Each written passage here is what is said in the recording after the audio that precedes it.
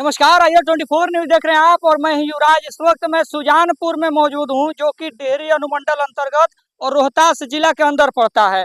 आप लोगों को मैं एक तस्वीर दिखाने का प्रयास करूंगा, लेकिन उससे पहले एक बात बताऊंगा कि बाबा साहब अम्बेडकर ने एक बात कही थी कि जो शिक्षा श्रेणी का वह दूध है जो इसे जितना पिएगा उतना ही दहाड़ेगा। जी हाँ, मैं आप लोगों को एक तस्वीर दिखाऊंगा जहां पर एक ऑटो रिक्शा मौजूद है और इस ऑटो रिक्शा के जो संचालक हैं, जो कि इस ऑटो रिक्शा को चलाते हैं, उन्होंने अपनी बेटी को जो है इस कदर शिक्षा दिया कि उस बेटी ने जो है पूरे बिहार में गौरव का विषय बनी हुई है और उस बेटी ने पूरे बिहार में टॉप 10 में जो है 9वां रैंक लाई हुई है। एक चचा मौजूद है, उनसे बात करेंगे। चचा, परिचय दीजिए, क्या नाम हुआ आपका? रामनाथ सिंह। आप यहीं के हैं? यहीं के। आपके गांव की एक बिटिया है जो पूरे बिहार में जो है वायरल हो रही है कि टॉप 10 में अपना नाम बना दिया। आपको जानकारी है इस बारे में? हाँ, जानकारी है। कौन है वो बेटी? नातिन लगती है। आपकी नातिन है? हाँ। कैसा लग रहा है, महसूस हो रहा है, कैसा लग रहा है आप लोग? बहुत अच्छा लग रहा है। अच्छा लग रहा है। हाँ। अच्छा, आप लोग कह रहे हैं कि उनके पिताजी जो है इस ऑटो रिक्शा को चलाया करते थे, क्या कुछ है उनका बैकग्राउंड है, किस तरह से उनके पिताजी का संघर्ष है, उस बारे में थोड़ा सा हमको बताइए। यही टेम्पू चलाते हैं और खेती बाड़ी थोड़ा मोड़ा है। खेती बाड़ी करते हाँ हैं? हाँ। उनके पिताजी कितने भाई हैं? 2 भाई हैं। क्या करते हैं दोनों? दोनों भाई मैंने एक भाई मजदूरी करते हैं, एक भाई ऑटो चलाते हैं। मजदूरी करते हैं, दूसरा जो है ऑटो चलाते हैं।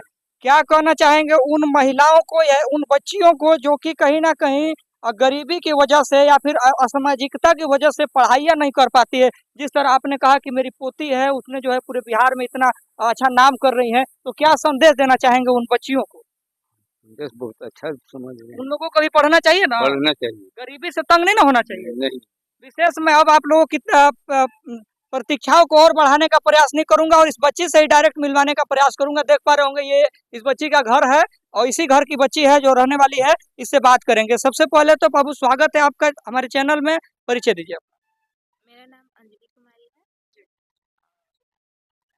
मेरे पापा जी का नाम जयप्रकाश सिंह है, मेरी मम्मी जी का नाम विमला देवी है और मैं सुजानपुर ग्राम की रहने वाली हूँ। सुजानपुर की रहने वाली हैं। अभी आप जो है पूरे बिहार में केंद्र बनी हुई हैं और टॉप 10 में जो है आपका नाम 9वें स्थान पर रैंक कर रहा है। कैसा महसूस हो रहा है? सबसे पहले आपको बहुत अच्छा महसूस हो रहा है क्योंकि मेहनत का फल मीठा होता है। क्या अच्छा लग रहा है या फिर एक दुख भी है कि कहीं हम पहले स्थान पर नहीं जा पाए या दूसरे स्थान पर नहीं जा पाए? इस चीज का दुख भी है या फिर खुशी ही है? नहीं, दुख है, मतलब और उम्मीद था पर उससे थोड़ा सा चूक है। आपके पिताजी क्या करते हैं? मेरे पापा जी ऑटो चलाते हैं। क्या आपको कभी लगा था कि एक ऑटो चलाने वाला भी हमको इस कदर शिक्षा दे पाएगा कि हम जो है पूरे बिहार में टॉप 10 में जो है हिस्सा बन पाएंगे? लगा तो नहीं था पर मेहनत किए थे तो अपना जगह बना ली किस अपने किस पाप। तरह की परेशानियां आपको झेलनी पड़ी अपने स्टडी लाइफ में? जिस तरह से स्टूडेंट लाइफ में आपको बहुत सारी परेशानियां भी झेलनी पड़ी हुई, क्योंकि आप एक लड़की हैं और लड़कियों को किस तरह से ये समाज जो है अ, किस नज़रिए से देखता है, इस चीज़ को मुझे बताने की ज़रूरत नहीं है। ऐसी बहुत सारी परेशानियां भी रही होंगी। अगर आप चाहें तो उस संदर्भ में कुछ संक्षेप में हमारे दर्शकों को। परेशानियाँ झेलनी पड़ी हैं और जो अभी समाज में जो कुरीतियाँ फैली हैं वो हर लड़की को फेस करना पड़ रहा है और मुझे भी करना पड़ा था, पर इन सब से डरना नहीं चाहिए क्योंकि हम लड़की हैं, तो इसका मतलब ये नहीं कि हम उस परेशानी से थक हार कर और बैठ जाएंगे कि अब हमसे पढ़ाई नहीं होगा। तो ऐसा नहीं करना चाहिए, हर प्रॉब्लम का सॉल्यूशन होता है, तो इसको भी हम लोग अच्छे से फेस करके और इसका भी एक सॉल्यूशन निकालना चाहिए। उससे ऐसा करना चाहिए कि उसमें पढ़ाई में हमारी बाधा ना। क्या कुछ तैयारियां हैं? क्या भविष्य में आपका क्या कुछ किस पद पर आपको देखा जा सकता है और क्या कुछ तैयारियां आप कर रही हैं जिसको लेकर के भविष्य में जो लोग हैं लोगों को एक संदेश दें, या फिर मतलब क्या कुछ ऐसी तैयारियां आपकी चल रही हैं? भविष्य में किस पद पे आपको देखा जा सकता है? सिविल सर्विस में हमको जाना है और अभी तो उसी का फिलहाल, अभी तो 11th-12th करेंगे, उस पर फोकस करेंगे, उसके बाद फिर सिविल सर्विस में। या वहां तक जाने के बाद, एक पदाधिकारी बनने के बाद, एक घूसखोर पदाधिकारी बनेंगी या फिर जो है ईमानदार पदाधिकारी बनेंगी? घूसखोर तो नहीं कहा जा सकता, मेरे जहन में भी नहीं है घूसखोरी का नाम। लोग जो हैं वो अपने पद का दुरुपयोग करते हैं, उनके पास जो लोग आते हैं उनसे जो है रिश्वत और तमाम तरह की चीज़ों को लेते हैं। क्या इस चीज़ को आपके साथ देखा जा सकता है? नहीं, एक्चुअली में मेरे साथ क्या अधिकतर महिलाओं के साथ ये चीज़ नहीं देखा जा सकता है। महिलाएं इस चीज़ में कम इन्वॉल्व होती हैं मेरे नज़रिए से। मैं जीतना नहीं। आपके पिताजी जो ऑटो चालक रहे हैं, उन्होंने आपको इस स्तर तक पहुँचाया, तो क्या उस स्तर तक जाने के बाद उन सभी बच्चियों के लिए जिनके पिताजी आप ही के पिताजी की तरह ऑटो चालक हैं या फिर मज़दूर हैं या किसानी करते हैं, उन बच्चियों के लिए आपका क्या प्रयास रहेगा? अ, प्रयास रहेगा कि उन्हें अच्छी से अच्छी शिक्षा दी जाए और उन्हें क्या जो भी शिक्षा से वंचित हैं, लड़की हो या लड़के, सबको एक अच्छी क्वालिटी की शिक्षा दी जाए, गाँव में, शहरों में, सभी जगह।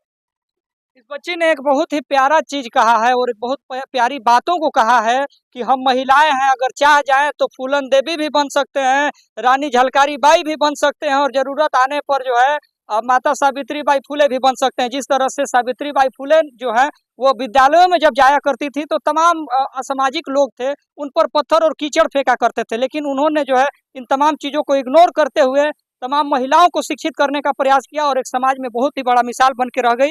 इसी तरह से ये बिहार की बेटी है, रोहतास की बिटिया है, जिस तरह से इसके पिताजी ने मजदूरी करके ऑटो चला करके इस बिटिया को इस स्तर तक पहुंचाया कि आज ये जो है पूरे बिहार में आकर्षण का केंद्र बनी हुई है। मैं निवेदन करूंगा तमाम पदाधिकारियों से और तमाम नेता और तमाम मंत्रियों से कि ऐसी बच्चियों का सराहना होना चाहिए और ऐसी बच्चियों को जो है एक अच्छे प्लेटफॉर्म देने की जरूरत है, क्योंकि ऐसी बेटियों को अगर प्लेटफॉर्म नहीं मिलता है तो शायद ये थक हार करके जो है अपने घरों को रह जाती हैं और घरों के बंद दरवाजे के पीछे रह जाती हैं। तो शायद बेटियां जो है वो बंद दरवाजों के पीछे रहने के लिए नहीं बल्कि पंखों को फैला करके आसमान में उड़ने के लिए बनी हुई होती हैं। तो आप भी अगर एक बेटी हैं तो आप इन तमाम चीज़ों को इग्नोर करिए और आप भी इस बेटी की तरह ही आप भी एक कहीं ना कहीं समाज में एक मिसाल बन करके रह जाएंगी।